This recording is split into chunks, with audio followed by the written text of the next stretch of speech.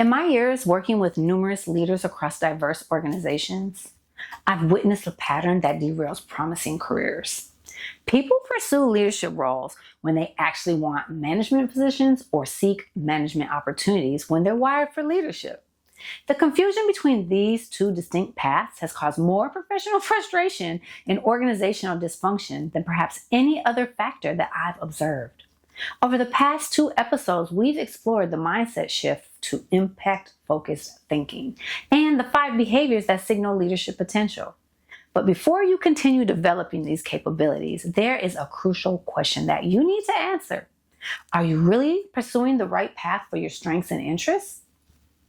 Here's an example of what typically happens. Maya excels as a financial analyst and dreams of moving into a leadership role. She envisions having more influence, making bigger decisions, and advancing her career. When a team supervisor role opens up, she applies immediately, thinking this is her path to leadership. 6 months later, Maya is drowning in schedules, budget tracking, performance reviews, and process documentation. She spends her days ensuring compliance, managing workflows, and solving operational problems. Yet the worst part wasn't the work itself. It was the growing sense of dread that she felt each morning, knowing she was expertly climbing a ladder that was leaned against the wrong wall. Maya got exactly what she asked for, but it wasn't what she actually wanted. I'm Dr. Cara. Today, we're going to clarify the fundamental differences between leading and managing, help you identify which path aligns with your natural strengths and career aspirations, and show you how to pursue the right opportunities for your unique wiring.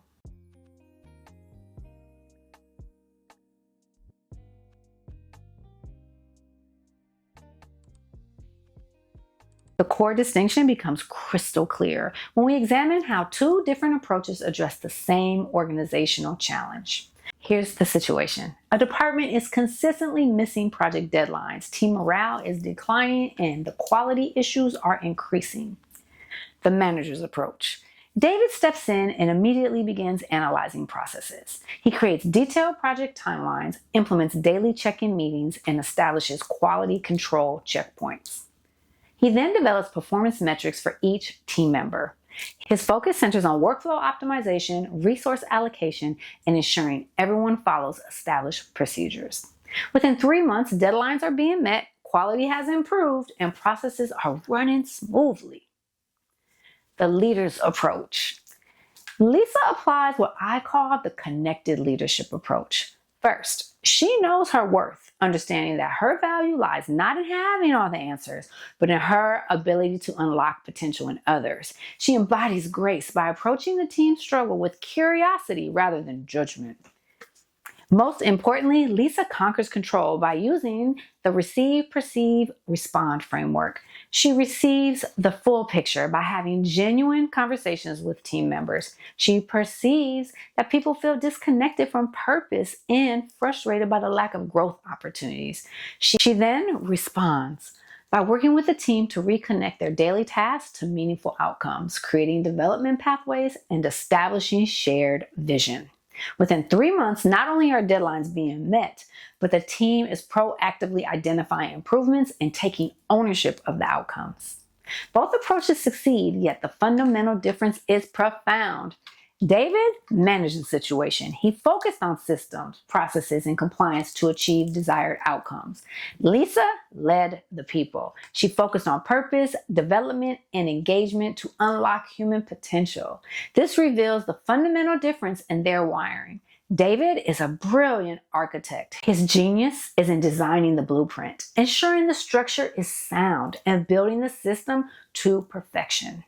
Lisa is a masterful gardener. Her genius isn't in building the plant, but it is in cultivating the environment, the soil, the light, the water, so the team can grow and flourish on its own. Organizations need both, but you must know which one you are. This distinction transcends mere techniques. It reveals what energizes you and where you naturally excel. The management-wired individual thrives on creating systems that function with precision.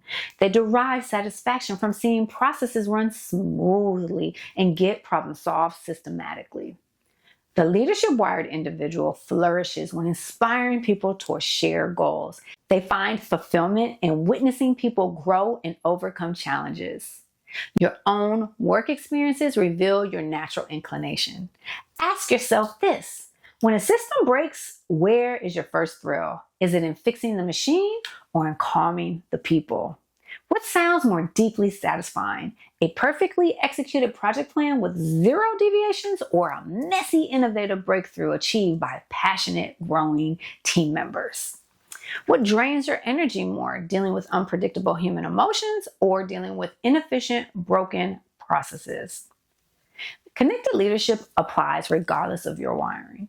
Knowing your worth means recognizing your unique value. Embodying grace means accepting your natural inclinations. Conquering control means using the receive, perceive, respond method to make intentional choices about your career path. Understanding your natural wiring has profound implications. The management track requires strong analytical and organizational capabilities with a focus on efficiency and quality control. The leadership track requires strong interpersonal and visionary capabilities with a focus on strategic direction and innovation. Neither path is superior, but pursuing the wrong one leads to burnout. At senior levels, most effective executives integrate both. An executive must know their worth by recognizing their primary strengths. They embody grace by accepting their natural wiring while committing to growth. They conquer control by using receive, perceive, respond to build competency or to build a complementary team.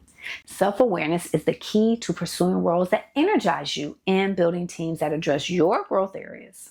To gain clarity, use this intentional self-assessment. Step 1. Energy assessment. For 1 week, receive your energy levels without any judgment. Perceive the patterns of what energizes you versus drains you, and respond by documenting these observations. Step 2, strength inventory. Know your worth by honestly assessing where you excel. Do people seek your help with operational problems or interpersonal challenges? Step 3, future vision alignment. Embody grace and connect your wiring to your career aspirations. When you envision a senior role, what activities fill your ideal day? Step 4, development planning.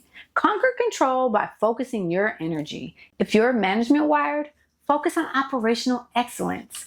If you're leadership wired, focus on vision and influence skills. The turning point in your career is understanding that management and leadership are both valuable but distinct paths. Success comes from excelling in your natural wiring while developing competency in complementary areas.